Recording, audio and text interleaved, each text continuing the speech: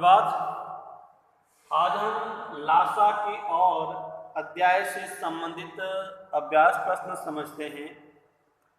पहला प्रश्न, थोड़ला के पहले के आखिरी गांव पहुंचने पर भीखमंगे के वेश में होने के बावजूद लेखक को ठहरने के लिए उचित स्थान मिला, जबकि दूसरी यात्रा के समय भद्र वेश भी उन्हें उचित स्थान नहीं दिला सका। क्यों? देखिए, जब लेखक ने पहली बार यात्रा की थी उस समय वो भीखमंगे के वेश में था। ये पहले का आंसर बता रहा हूं मैं आपको, भीखमंगे के वेश में था, लेकिन उसको रहने के लिए जगह मिली। क्यों मिली? नंबर 1, क्योंकि लेखक के साथ सुमति था। सुमति था, मंगोल भिक्षु सुमति था, और उस गांव में सुमति के जान पहचान के लोग थे। जान पहचान के लोग थे, इसलिए भीखमंगे के वेश में होने के बावजूद भी लेखक को उस गांव में जगह मिलती है। फिर दूसरी बार दूसरा प्रश्न ये पूछा जाता है कि भद्र वेश भी उन्हें उचित स्थान नहीं दिला सका। देखिए, जब उसने दूसरी बार यात्रा की थी, यानी कि भद्र वेश में अच्छी पोशाक में यात्रा की थी, लेकिन उसको रहने के लिए जगह क्यों नहीं मिली? क्योंकि उस गांव में उसके लोग क्या थे? अपरिचित थे। नंबर 1। नंबर 2, वो शाम को पहुंचा था। नंबर 3, शाम को वे लोग नशा करते हैं, चढ़ पीते हैं, नशा करते हैं, और यही नहीं, उस समय उसके साथ सुमति नहीं था।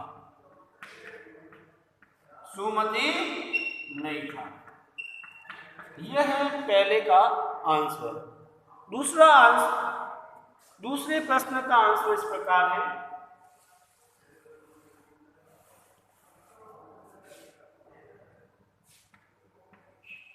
दूसरा प्रश्न, उस समय के समाज में तिब्बत में हथियार का कानून न रहने के कारण यात्रियों को किस प्रकार का भय बना रहता था? देखिए, उस समय के तिब्बत में यानी 1929-30 की बात हो रही है। देखो, उस समय लेखक ने कब यात्रा की थी? 1929-30 में। क्या नहीं था? तिब्बत में हथियार का कानून नहीं था। तिब्बत में हथियार का कानून नहीं था। तिब्बत में हथियार का कानून नहीं था। फिर न रहने के कारण यात्रियों को किस प्रकार का भय बना रहता था? यात्रियों को हत्या, लूटमार का भय बना रहता था। क्यों? क्योंकि वो सारे निर्जन स्थान थे। 16-17 हजार फीट की ऊंचाई पर थे। एक बार किसी की हत्या हो जाए तो बॉडी को उठाने वाला, लाश को उठाने वाला भी वहां पर कोई नहीं मिलता है, और न ही पुलिस व न ही खुफिया विभाग का प्रबंध था। खुफिया विभाग का प्रबंध था, यानी किसी प्रकार का कोई प्रबंध नहीं था। इस कारण से 1929-30 में तिब्बत में हथियार का कानून नहीं होने के कारण लोगों में हत्या, लूटमार और भय बना रहता था। निर्जन स्थान थे, डांडे की ऊंचाई 16-17 हजार फीट पर थी, हत्या हो सकती थी, पुलिस व खुफिया विभाग का कोई प्रबंध नहीं था। तीसरा प्रश्न हमारा,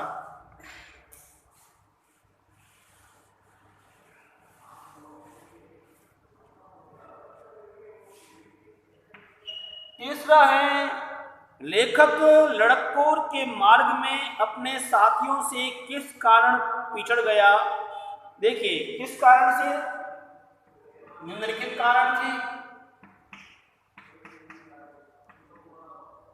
देखिए नंबर 1, लेखक का घोड़ा जो है वो धीरे धीरे चल रहा था। नंबर 1, लेखक, देखिए लेखक और सुमति दोनों ने अलग अलग घोड़े लिए थे। लेखक का घोड़ा धीरे धीरे चल रहा था, इस कारण से वह अपने साथियों से पिछड़ गया और एक स्थान पर लेखक जो है रास्ता भूल जाता है। वापस वह 1-1.5 मील आता है और फिर वापस उसी रास्ते पर आने के बाद वह सुमति के पास जाता है, क्योंकि सुमति पहले पहुंच गया था। तो घोड़ा धीरे धीरे चल रहा था, साथियों से पिछड़ गया था, एक स्थान पर लेखक रास्ता भूल गया था, वापस उसको 1-1.5 मील वापस आना पड़ा, फिर वो उस स्थान पर पहुंचा था। चौथे का आंसर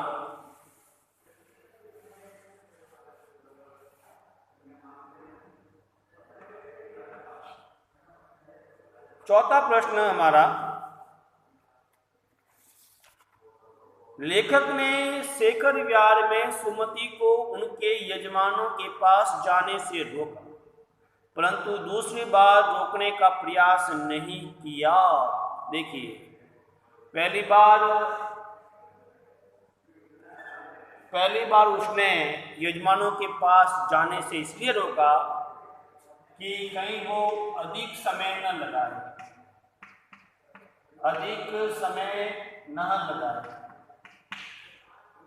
देखिए सुमति जो था वो बहुत भिक्षु था, मंगोल था और वो अधिक समय न लगाए। लेखक को मालूम था कि वो गया तो उसको सप्ताह भर भी लग सकता है, क्योंकि उसके बहुत सारे यजमान रहते हैं, वो यजमानों के गंडे बांधने जाएगा, समय अधिक लग सकता है। परंतु दूसरी बार, ये तो होगी पहली बार, लेकिन दूसरी बार लेखक ने उसको रोकने का प्रयास क्यों नहीं किया? क्योंकि लेखक को एक मंदिर में हस्तलिखित पुस्तकें मिली, 103 पुस्तकें मिली, वहां देखी थी उसने। लेखक उन पुस्तकों को पढ़ना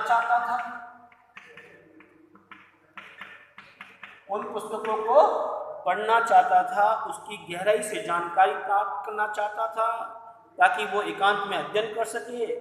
इसलिए सुमति को अपने यजमानों के पास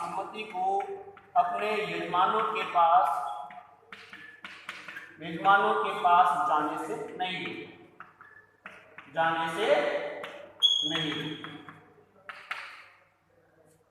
यह है चौथे प्रश्न का आंसर है।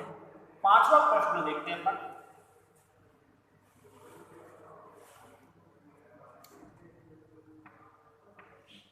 पांचवा प्रश्न, अपनी यात्रा के दौरान लेखक को किन कठिनाइयों का सामना करना पड़ा?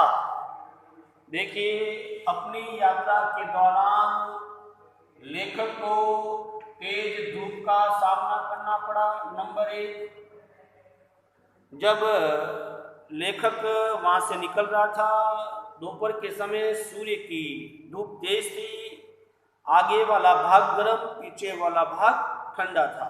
दूसरी बात, डाकुओं का भय था उसको, यानी कि डाकुओं का भय बना रहता था। अगर कोई डाकू जैसा दिखता था तो लेखक जो है कुछ ही एक पैसा मांगता था। ताकि डाकुओं को लगे कि ये आदमी यात्री नहीं भिखारी है। उसका घोड़ा जो है पिछड़ गया था, वह लेखक जो है रास्ता भी भूल गया था और सुमति के गुस्से का भी उसको सामना करना पड़ा। सुमति के गुस्से का सामना करना पड़ा, उसको कोई भार वाक नहीं मिला, सामान उठाने वाला भी कोई नहीं मिला। लेखक को भीख मंगे के वेश में यात्रा करनी पड़ी। भीख मंगे के वेश में यात्रा करनी पड़ी और लेखक जो है दुर्गम रास्तों से अनजान था। ये सारी बातें जो हैं आपको बतानी है कि अपनी यात्रा के दौरान लेखक को अनेक कठिनाइयों का सामना करना पड़ा। अगला प्रश्न, छठा प्रश्न हमारा,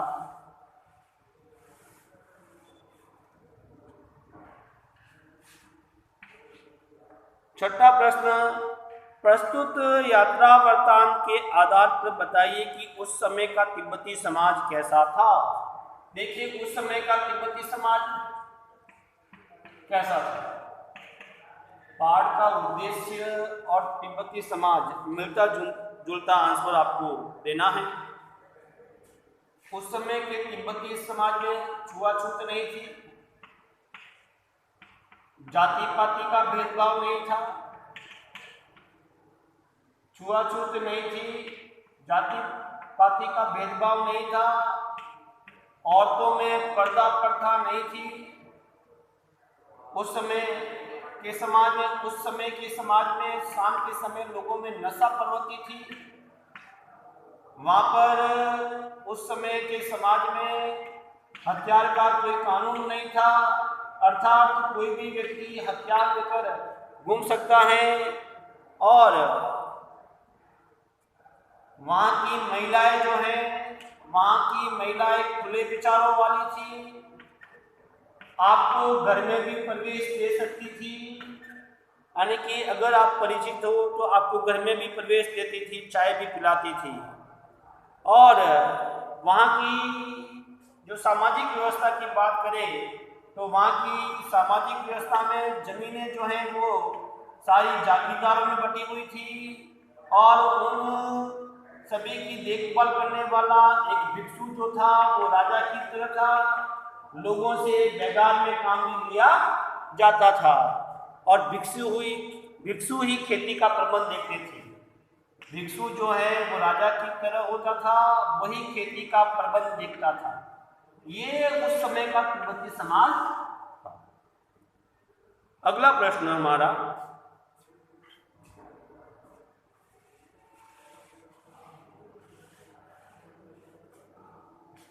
सातवां प्रश्न, मैं अब पुस्तकों के भीतर था, नीचे दिए गए विकल्पों में से कौन सा इस वाक्य का अर्थ बतलाता। 4 है, 4 में से एक आपको ऑप्शन बताना है। लेखक जो है पुस्तकें पढ़ने में रम गया था, ये ऑब्जेक्टिव है। लेखक जो है पुस्तकें पढ़ने में रम गया था। 8वां प्रश्न, रचना और अभिव्यक्ति में से होगा 8वां प्रश्न। मैं आपको समझा देता हूं ओरली। 8वां प्रश्न, सुमति के यजमान और अन्य परिचित लोग लगभग हर गांव में मिले। इस आधार पर आप सुमति के व्यक्तित्व की विशेषता बतानी है। देखिए वो सुमति कैसा था, सरल स्वभाव का था, स्नेही था, वाक्पटु था, मित्रतापूर्ण व्यवहार करता था सुमति, यानी उसका व्यवहार जो है वो दोस्ताना था। उसको वहाँ के भौगोलिक जानकारी थी, वह एक बौद्ध भिक्षु था। ये आपको नहीं करना है। 8वां प्रश्न जो है वो आपको नहीं करना है। 9वां प्रश्न, हालांकि उस वक्त मेरा भेष ऐसा नहीं था कि उन्हें कुछ भी ख्याल करना चाहिए था। उक्त कथन के अनुसार हमारे आचार व्यवहार के तरीके वेशभूषा के आधार पर तय होते हैं। आपकी समझ से उचित है, बिल्कुल सही बात है। देखिए, इंसान की पहचान उसकी वेशभूषा से नहीं होनी चाहिए। हम इस बात का समर्थन नहीं करते हैं। इंसान की पहचान उसके व्यवहार से करनी चाहिए। अच्छी वेशभूषा पहनने वाला व्यक्ति अच्छा नहीं हो सकता है। हमारे देश के नेता सफेद ड्रेस पहनते हैं, क्या वो सारे अच्छे हैं? नहीं हो सकते। इसलिए ये 9वां प्रश्न भी आपको नहीं करना है। 10वां प्रश्न, यात्रा वृत्तांत के आधार पर तिब्बत की भौगोलिक स्थिति का सचित्र प्रस्तुत करें। वहाँ की स्थिति आपके राज्य शहर से किस प्रकार भिन्न है? ये पाठ का सारांश आ जाएगा। 10वां प्रश्न ये भी आपको नहीं करना है। 11वां, आपने भी किसी स्थान की यात्रा अवश्य की होगी। यात्रा के दौरान अपने अनुभवों को लिखकर प्रस्तुत करें। ये 11वां प्रश्न भी नहीं करना है। इससे संबंधित निबंध जो है मैं आपको ग्रामर में करवाऊंगा, और यात्रा वृत्तांत से संबंधित मैं आपको निबंध दूंगा, वो ग्रामर में करना अलग से बताऊंगा मैं आपको। यात्रा वृत्तांत गद्य साहित्य की विधा है। आपकी इस पाठ्य पुस्तक में कौन कौन सी विधाएं हैं? 12वां प्रश्न नहीं करना है। इसमें कहानी है, यात्रा वृत्तांत है, संस्मरण है, निबंध है, नहीं करना है आपको। फिर है भाषा अध्ययन, जो है भाषा अध्ययन 13, 14 और 15, ये भी नहीं करना आपको, भाषा अध्ययन से संबंधित। और फिर एक आपके अपठित गद्यांश है लास्ट में, आप देखना लास्ट में अपठित गद्यांश है। ये भी मैं आपको ग्रामर में कराऊंगा, ये भी मैं आपको व्याकरण की बुक में कराऊंगा। ये रचनात्मक ये जो अपठित गद्यांश है, गद्यांश पद्यांश ही मैं आपको अलग से करवाऊंगा। पर्वतीय प्रदेश की यात्रा निबंध अलग से दूंगा मैं आपको। अब आपको एक प्रश्न नोट करना है।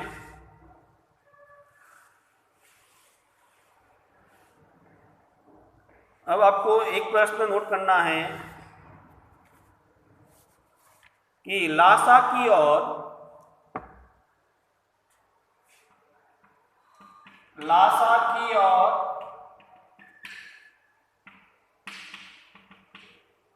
अध्याय का उद्देश्य बताइए। देखिए, इस पाठ का क्या उद्देश्य है वो आपको बताना है। ये पाठ जो है तिब्बत के जनजीवन व संस्कृति की जानकारी प्रदान करता है। एक देश से दूसरे देश की संस्कृति का आदान प्रदान और उसका महत्व बताता है। ये अध्याय जो है वहाँ के सामाजिक परिवेश की जानकारी देता है कि वहाँ के समाज में अच्छी बातें क्या है, जैसे छुआछूत वहाँ पर नहीं है, जाति पाति का भेदभाव नहीं है, वहाँ की महिलाएं जो है पर्दा प्रथा नहीं रखती हैं। ये अच्छी बातें जो हैं ये हमें भी अपनानी चाहिए। तो ये पाठ जो है प्रेरणा देता है। यही नहीं, ये पाठ जो है वहाँ की भौगोलिक जानकारी भी प्रदान करता है कि वहाँ ऐसे दुर्गम रास्तों पर लोग अपना किस प्रकार जीवन यापन करते हैं। और यही नहीं, वहाँ की कृषि व्यवस्था जो है किसके अधीन है? एक भिक्षु जो होता है वो राजा की भांति होता है, वो सारी देख रेख करता है। जो जमीन जागीरों में बटी हुई होती है उसके बारे में ज्ञान देता है। ये पाठ जो है धार्मिक धर्म यानी वहाँ के लोग किस धर्म के अनुयायी हैं, बौद्ध धर्म के प्रति उनकी गहरी आस्था है, ये भी हमें जानकारी प्रदान करता है। ये पाठ जो है हमें वहाँ की प्रशासनिक व्यवस्था के संदर्भ में भी जानकारी देता है। जैसे वहाँ पर हथियार का कानून नहीं है, हथियार का कानून नहीं है, अर्थात लोग जो हैं लाठी की तरह बंदूक पिस्तौल लेकर घूमते हैं। तो कुल मिला के हम कह सकते हैं कि इस यात्रा वृत्तांत का उद्देश्य भ्रमण करना नहीं है, बल्कि संस्कृति का आदान प्रदान करना है कि उस समय का तिब्बती समाज कैसा था, कैसा था, उनका रहन सहन, उनका खान पान, वहाँ की भौगोलिक स्थिति, वहाँ की धार्मिक स्थिति, ये सारी चीज़ें जो है, वहाँ के लोगों का व्यवहार कैसा है, ये सारी चीज़ें, ये सारी वस्तुओं की जानकारी, वहाँ के लोगों से संबंधित, वहाँ की भौगोलिक, सामाजिक, धार्मिक जो भी जानकारी है वो हमें प्रदान करता है। यही इस पाठ का उद्देश्य है। सबसे अच्छी बात जो है, छुआछूत, जाति पाति, पर्दा प्रथा, ये वहाँ के समाज में नहीं थी। ये पाठ जो है यही समाप्त होता है। हम अगले वीडियो में जो भी हमारे पाठ्यक्रम में पाठ होगा हम उसका अध्ययन करेंगे।